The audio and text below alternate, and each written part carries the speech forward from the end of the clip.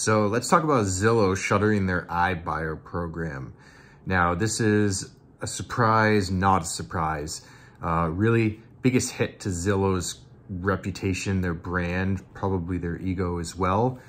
Dollars and cents, the company's burning hundreds of millions of dollars in cash a year, 10, 20 here, there. Not a big deal in terms of the price, but this showcasing that their model was flawed about using an algorithm to determine a price, bidding, overbidding in many instances, as we saw agent to agent when people were presenting offers that Zillow had given to them as a seller, and then asking us, what is the market support when Zillow's offer is higher than what we can justify or what we think the market will support. That was the biggest red flag.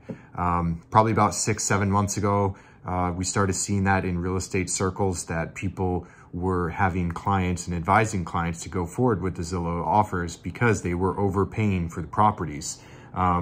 Unsustainable model, and we just are now seeing that about 2/3 of their 7,000 homes were going to be sold for less than what they bought them for. It's an interesting dynamic where you have this iBuyer program come out. They compete feverishly in a hot market and basically price out people and outbid people who are looking to own or occupy homes, potentially as their first, second home, and they overpay. And then they turn around and to recoup their losses, they're selling at bulk the package to an institutional investor who's going to turn around and make it residential rentals, which will remove inventory from the sales market. Prices are going to go up because supply is down, demand is going to stay the same. The people who were looking for homes to purchase are often getting priced out now, and then they're going to have to go rent. And what happens when rent demand goes up? Pricing for rent goes up. So basically, this whole experiment, not a net positive for the real estate world in the US right now. We need more homes. We're underbuilt, and Zillow essentially just took 7,000 homes off the market and put them into a rental portfolio.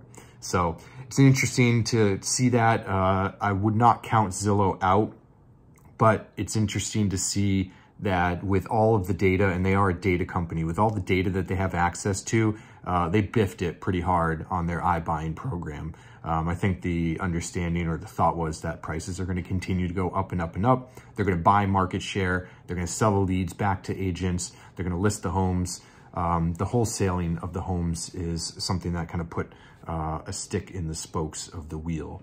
So those are just a few quick thoughts on the whole Zillow iBuying fiasco situation right now. I think ultimately, as I'd said, don't count Zillow out. They still have access to tremendous amounts of data, as well as the eyeballs that people have. So, but big damage to their reputation and their brand for having botched that. And it just goes to show that these iBuyers, the Zillows, the Zestimates, Redfin's estimation, at the end of the day, it'll never beat somebody who can walk into a property and say, based on the way that this is oriented in this particular neighborhood, you're going to get this type of light at this type of year. And then, the nuances that an algorithm can't cook up and extrapolate information from. So long live the real estate agent. Not concerned that our position's going anywhere anytime soon.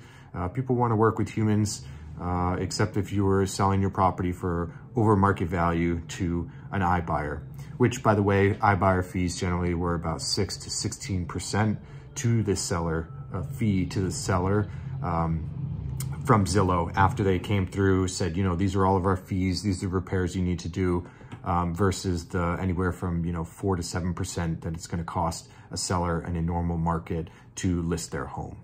So those are just a few words. Any questions? Definitely would love to hear your thoughts. Is iBuying dead? Will it continue?